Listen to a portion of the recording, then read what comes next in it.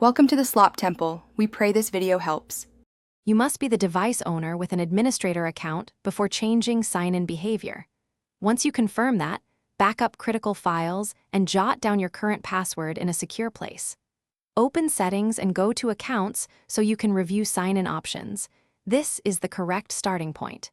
Make sure updates are installed and you understand the security trade-offs of lowering authentication. I'll show safer alternatives and how to adjust automatic sign-in preferences without promising complete removal of password protections.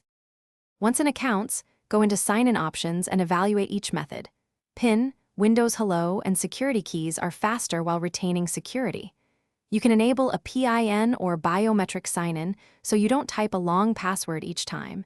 This keeps protection but speeds access. Also reduce lock screen clutter by turning off app notifications and quick status.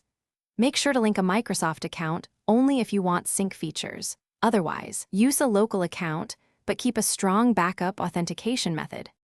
Complete by testing your chosen sign-in flow and then restart so settings take effect.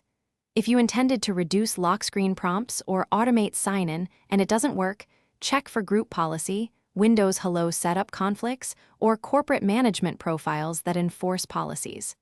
Make sure a recovery method exists, a secondary admin account or recovery keys.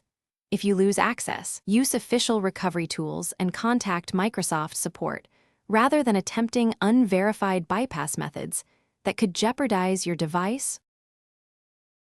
Thanks for watching. Consider subscribing if we helped you.